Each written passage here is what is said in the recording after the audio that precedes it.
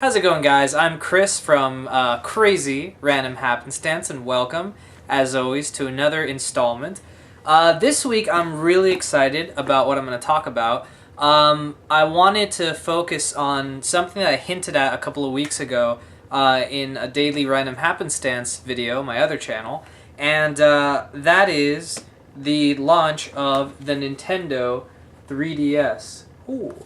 Here's the box, a new dimension in entertainment. And I am here to show you guys, it's kind of like a review, but at the same time it's not really a review, and it's not first impressions either. I've been playing with the 3DS for almost 2 weeks now, and I just kind of wanted to give you guys an opinion from me, and to kind of show you guys the hardware in like a regular, normal setting. So first of all, I kind of wanted to show you guys the hardware.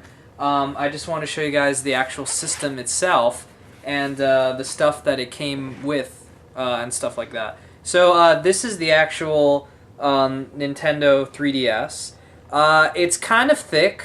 It's a lot thicker than the DSi, if anyone owned that. And it's also a little bit thicker than the DS Lite. Right here you have your 3D slider. This is what you slide to change the level of 3D in the system. Here you have your analog nub. It's kind of like the PSP's, except it feels a lot better. The D-pad is right here, and I've been playing a lot of Super Street Fighter 4, and I use the D-pad when I do that. And I'm not gonna lie, it does feel kind of awkward when you're holding it, because this is how I hold it when I'm using the analog nub. I have to hold it like this when I'm using the D-pad, and it actually reminds me of when I'm playing my PSP. That's how I hold the PSP when I'm using the analog stick. And overall, the buttons feel great. The X, Y, and A, B buttons right there feels just like a DS Lite or a DSi. And the power button is actually right here, which personally for me doesn't get in the way, because really you're not ever going to press anything in that area unless you want to turn off the power. There's three buttons right here that kind of run along here. It's all in like one center panel, but they are each like separate buttons. And it's start, select, and then home. And I have to say, these buttons really suck. They're really flat. They don't have like that nice cushiony feel that the D-pad or the X, Y, and A, B buttons have. It's probably the worst three buttons on the entire system. There are three cameras on the 3DS. There's one front-facing camera right here, and that's to take self-portraits of yourself or whatever. And then on the back, there are two cameras on the back, and the reason there are two are to take 3D photographs. The stylus starts off like this, which is really small, but it's actually a telescope, so it can pull out like that, and it is awesome. It feels so good. I kind of hold my pens really weird, so I remember I owned the original DS, and the stylus was so small that it was so hard to work with, but this one is really good, and you can even adjust it, so if you want it kind of a little bit smaller, you can, or you can even have it really small if you have really small hands or something like that. So I've turned 3D mode off. Even though it says 3D in the corner there, it does mean it's off, because look what happens if I turn 3D mode on. Just a bunch of weird zigzags appear, and you can't see 3D at all. See, look, the slider's all the way to the up position, so it's the most 3D, and see, if I turn it off, it kind of goes back to normal. When you turn 3D mode on, it is excellent.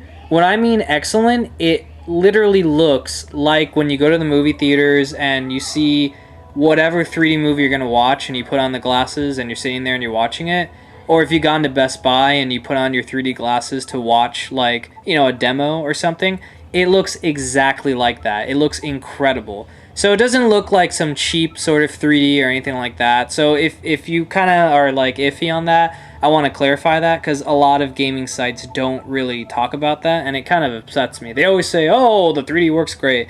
The 3D does work great. It is incredible. So let me just kind of go through here and show you guys all the pre-installed apps that come with it. So this is a video, and it's literally just a video of this band called A-OK, I think. So here is the Nintendo 3DS camera. If you guys have seen this before, it is literally just a camera. But the cool thing is you have 3D capabilities, but I can't show you guys the 3D. So anyway, it's a camera. You can turn 3D mode on, but as you can see, it doesn't look very good. So anyway, there's the Mii Maker, which I won't get into too much, but it's literally just like the Wii. You can make Miis, except you can make a lot of Miis, and there's a lot more customizability options. This is Mii Plaza.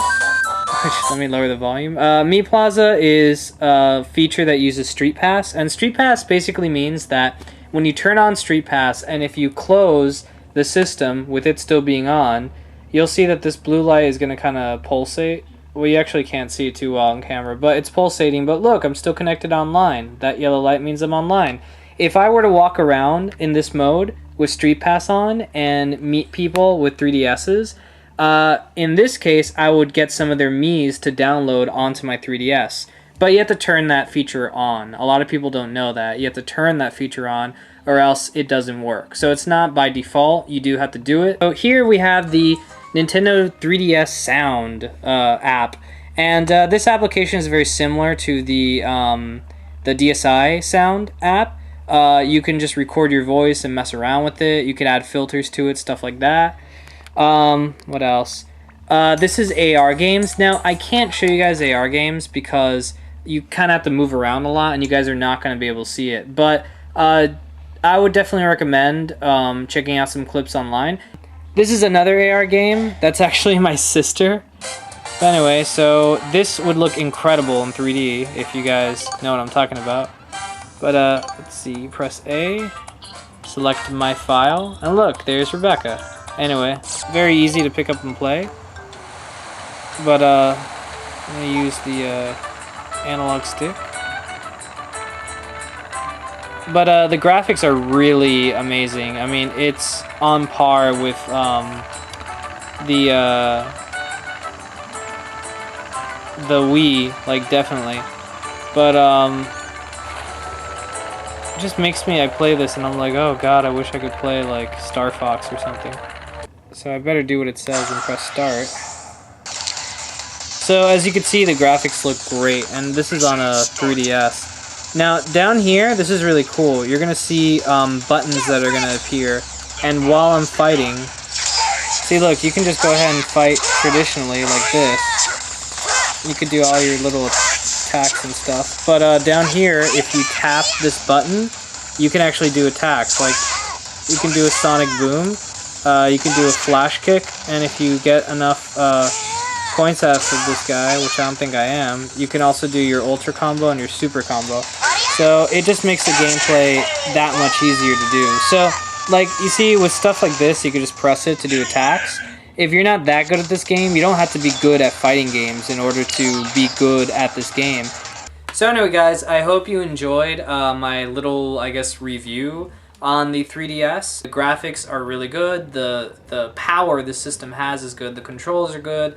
The feel of the system is good. And from what I've seen in the lineup of games coming up, the games look fantastic. You have Metal Gear, Resident Evil, a new Mario game, a Mario Kart game.